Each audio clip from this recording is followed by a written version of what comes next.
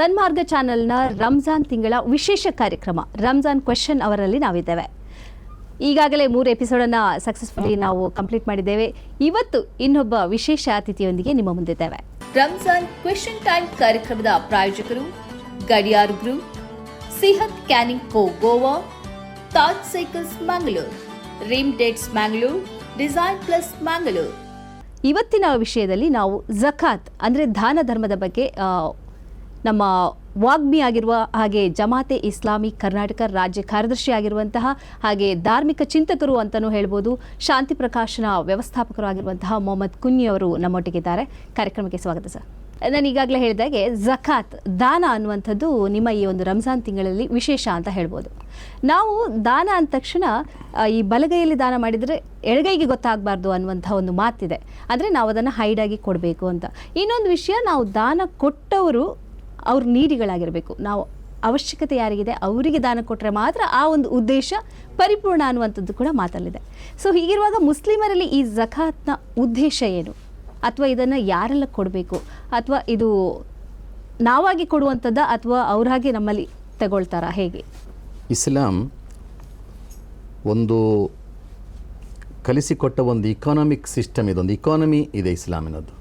ಅದು ಬಡ್ಡಿ ನಿಷಿದ್ಧ ಮತ್ತು ಜಕಾತ್ ಕಡ್ಡಾಯ. ಇದು ಇಸ್ಲಾಮಿನ ಇಕನಾಮಿಕ್ಸ್. ಅದು ಜಕಾತ್ ಎಂಬುದು ಇಸ್ಲಾಮಿನ ಬಹಳ ಮೂಲಭೂತವಾದ ಕಡ್ಡಾಯವಾದಂತಹ ಆರಾಧನೆ. ಅದು ಸಂಪತ್ತಿನ ಬಗ್ಗೆ ಇಸ್ಲಾಮಿನ ನಿಲುವೇನೆಂದರೆ ಸಂಪತ್ತಿನ ಒಡೆಯ ದೇವ ಅಂತ. ನಿಮ್ಮ ಕೈಯಲ್ಲಿ ಎಷ್ಟು ಸಂಪತ್ತಿದ್ದರೂ ನೀವು ಅದರ ಒಡೆಯರಲ್ಲ, ನೀವು ಪ್ರತಿನಿಧಿಗಳು ಅಂತ ಹೇಳ್ತದೆ ಕೂಡ. ಸಂಪತ್ತಿನ ನಿಜವಾದ ಒಡೆಯ, ನಿಜವಾದ ಯಜಮಾನ, ಸಂಪತ್ತಿನ ಆನರ್ ಸೃಷ್ಟಿಕರ್ತನಾದ ದೇವ ಅಂತ. ಅದರಲ್ಲಿ ಖಂಡಿತ ಮನುಷ್ಯನ ಸಾಮರ್ಥ್ಯ, ಅವನ ಬುದ್ಧಿ, ಅವನ ಕಠಿಣ ಪರಿಶ್ರಮ, ಇದೆಲ್ಲ ಸಂಪಾದನೆಯಲ್ಲಿ ಖಂಡಿತ ಇದ್ದೇ ಇದೆ. ಆದರೆ ಇದೆಲ್ಲ ಇದ್ದುಕೊಂಡು ಕೂಡ ಕೆಲವರಿಗೆ ಸಂಪತ್ತು ಇರುವುದಿಲ್ಲ. ಇಷ್ಟೆಲ್ಲ ವಿಶೇಷ ಅಪಾರ ಬುದ್ಧಿವಂತಿಕೆ, ವಿಶೇಷ ಸಾಮರ್ಥ್ಯ ಇದ್ದುಕೊಂಡು ಕೂಡ ಧಾರಾಳ ಮಂದಿಯ ಕೈಯಲ್ಲಿ ಸಂಪತ್ತಿಲ್ಲ. ಅಂದರೆ ಅದರ ಅರ್ಥ ಸಂಪತ್ತಿನಲ್ಲಿ ಮನುಷ್ಯನ ಪ್ರಯತ್ನ, ಅವನ ಬುದ್ಧಿವಂತಿಕೆ, ಅವನ ಪ್ರತಿಭೆ, ಅವನ ಕಠಿಣ ಶ್ರಮ ಇದೆಲ್ಲವೂ ಇರುವಾಗಲೂ ಸಂಪತ್ತು ದೇವನ ಕೊಡುಗೆ, ದೇವನ ಔದಾರ್ಯ. ಆದ್ದರಿಂದ ಸಂಪತ್ತಿನ ನಿಜವಾದ ಒಡೆಯ, ನಿಜವಾದ ಯಜಮಾನ ದೇವ. ಮನುಷ್ಯ ಅದರಲ್ಲಿ ಆ ಸಂಪತ್ತಿನಲ್ಲಿ ಪ್ರತಿನಿಧಿ ಅಂತ. ಅಂದರೆ ನಾವು ಬರುವಾಗ ಏನು ಹೊತ್ತುಕೊಂಡು ಬರಲಿಲ್ಲ, ಹೋಗುವಾಗ ಹೊತ್ತುಕೊಂಡು ಹೋಗುವುದಿಲ್ಲ. ಅಂದರೆ ಸಂಪತ್ತಿನಲ್ಲಿ ನಾವು ಪ್ರತಿನಿಧಿಗಳು ಅಂತ. ಅದರಿಂದಲೇ ಸಂಪತ್ತನ್ನು ಹೇಗೆ ಗಳಿಸಬೇಕು ಮತ್ತು ಹೇಗೆ ವ್ಯಯಿಸಬೇಕು ಎಂಬುದಕ್ಕೆ ಸ್ಪಷ್ಟವಾದ ಮಾರ್ಗದರ್ಶನ ಇದೆ ಕುರ್ಆನ್ನ ಶಿಕ್ಷಣದಲ್ಲಿ ಮತ್ತು ಪ್ರವಾದಿಯವರ ಶಿಕ್ಷಣದಲ್ಲಿ. ಸಂಪತ್ತಿನಲ್ಲಿ ದುರ್ಬಲರ ಹಕ್ಕಿದೆ ಅಂತ ಹೇಳ್ತದೆ ಕುರಾನ್. ವಫಿ ಅಮ್ವಾಲಿಹಿಮ್ ಹಕ್ಕುನ್ ಮಾಲೂಮ್ ಲಿಸ್ಸಾಯಿಲಿ ವಲ್ ಮಹರೂಮ್ ಅಂತ. ಅಂದರೆ ನಿಮ್ಮ ಸಂಪತ್ತಿನಲ್ಲಿ, ಶ್ರೀಮಂತರ ಸಂಪತ್ತಿನಲ್ಲಿ ಬಡವರ ಹಕ್ಕಿದೆ, ದುರ್ಬಲರ ಹಕ್ಕಿದೆ.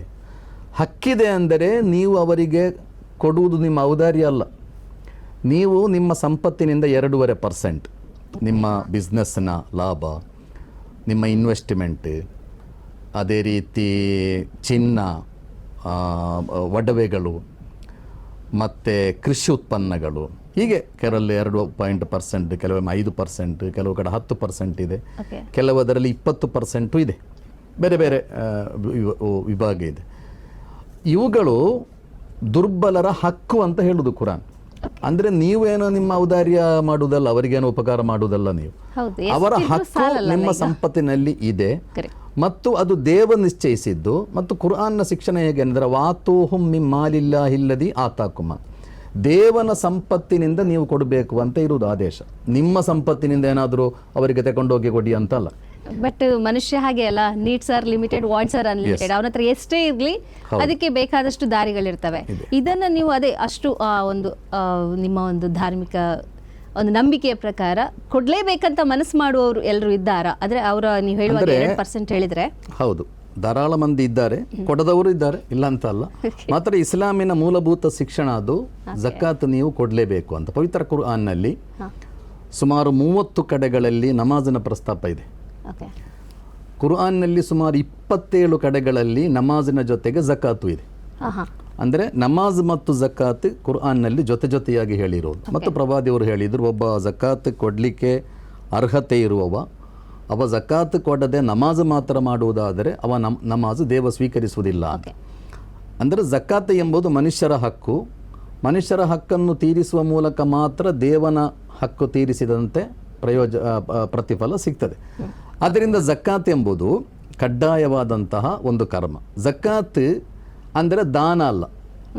ದಾನ ಅಂದರೆ ಒಬ್ಬರಿಗೆ ನೀವು ನಿಮ್ಮ ಬಳಿ ಯಾರೋ ಬರ್ತಾರೆ, ಅವರಿಗೆ ನೀವು ಒಂದು 5,000 10,000 ಕೊಡ್ತೀರಿ. ಜಕಾತ್ ಅದಲ್ಲ. ಜಕಾತ್ ಅಂದರೆ ನೀವು ಜಕಾತ್ ಕೊಡುವಾಗ ಒಬ್ಬನ ಸಮಸ್ಯೆ ಪರಿಹಾರ ಆಗಬೇಕು.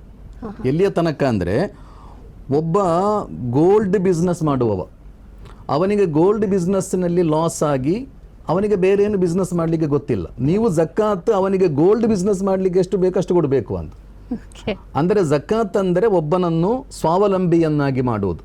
ಒಬ್ಬ ಜಕಾತ್ ಒಮ್ಮೆ ಪಡೆದ್ರೆ ಅವ ಮತ್ತೆ ಜಕಾತಿಗೆ ಅಲೆದಾಡಬಾರ್ದು. ಜಕಾತ್ ಅಂದರೆ ಹೀಗೆ ಜನರೆಲ್ಲ ಅಲೆದಾಡುವುದು, ಶ್ರೀಮಂತರಲ್ಲೇನಾದರೂ ಸ್ವಲ್ಪ ಅವರಿಗೆ ಭಿಕ್ಷೆ ಕೊಟ್ಟ ರೀತಿಯಲ್ಲೋ ದಾನ ಮಾಡಿದ ರೀತಿಯಲ್ಲೋ ಏನಾದರೂ ಕೊಡುವುದು, ಇದು ಖಂಡಿತ ಜಕಾತ್ ಅಲ್ಲ. ಅದು ಜಕಾತನ್ನು ಏನು ದುರ್ವ್ಯಾಖ್ಯಾನ ಮಾಡ್ತಾ ಇರುವುದು ಜನರು.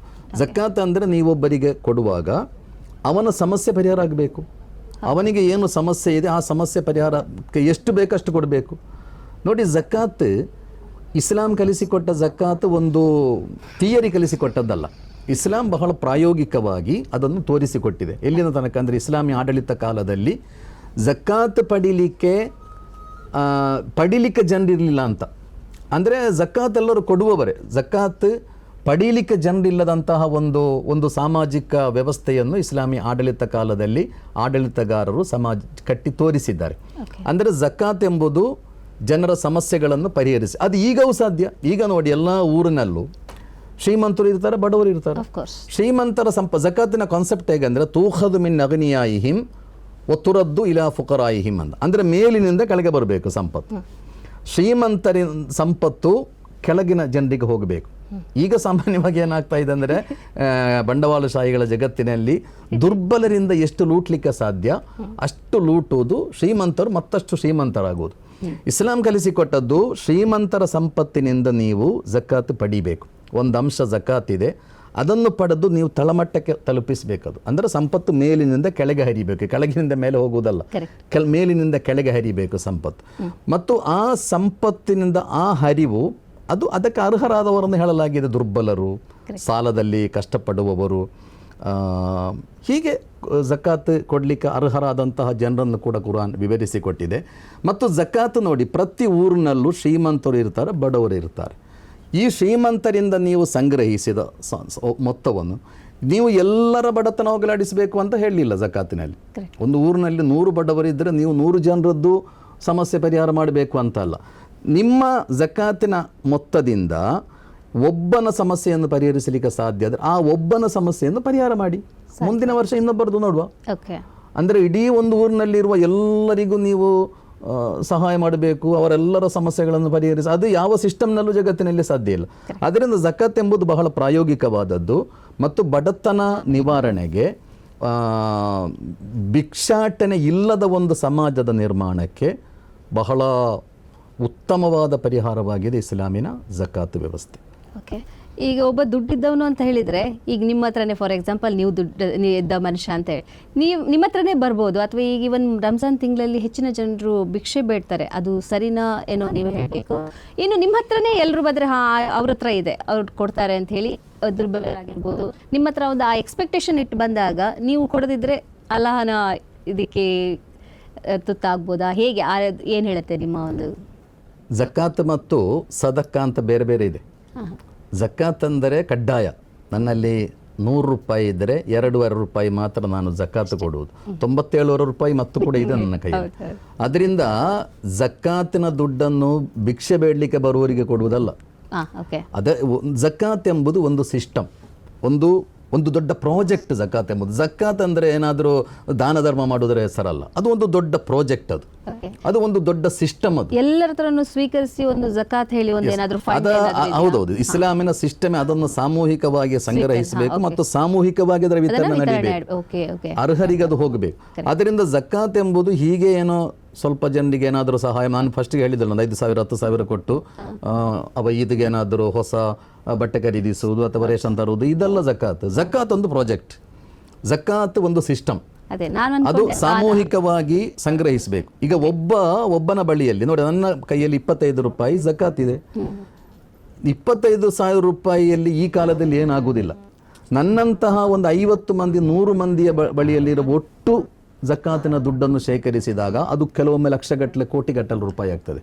ಆ ದುಡ್ಡಿನಿಂದ ನೀವು ಸಮಾಜದ ಒಂದು 10 ಮಂದಿಯ ಸಮಸ್ಯೆಯನ್ನು ಪರಿಹರಿಸಬಹುದು. ನಿಮಗೆ ಒಬ್ಬನಿಗೆ ಬಿಸ್ನೆಸ್ ಮಾಡಿ ಕೊಡಬಹುದು, ಒಬ್ಬನಿಗೆ ಮನೆ ಇಲ್ಲದ ಅವನ ಸಮಸ್ಯೆ ಅದು ಅವನಿಗೆ ಒಳ್ಳೆಯ ಮನೆ ಕಟ್ಟಿ ಕೊಡಬಹುದು. ಏನಾದರೂ ಜನರ ಸಮಸ್ಯೆಗಳನ್ನು ಪರಿಹರಿಸಲಿಕ್ಕೆ ನೂರಾರು ಮಾರ್ಗಗಳಿವೆ.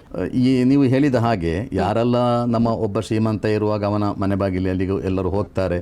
ಅದು ಹೋಗಲಿಕ್ಕೆ ಕಾರಣ ಏನೆಂದರೆ ಜಕಾತಿನ ಸಿಸ್ಟಮ್ ಸಮಾಜದಲ್ಲಿ ಇಂಪ್ಲಿಮೆಂಟ್ ಆಗ್ತಾ ಇಲ್ಲ. ಜಕಾತಿನ ಸಿಸ್ಟಮ್ ಹಾಳಾಗಿದೆ.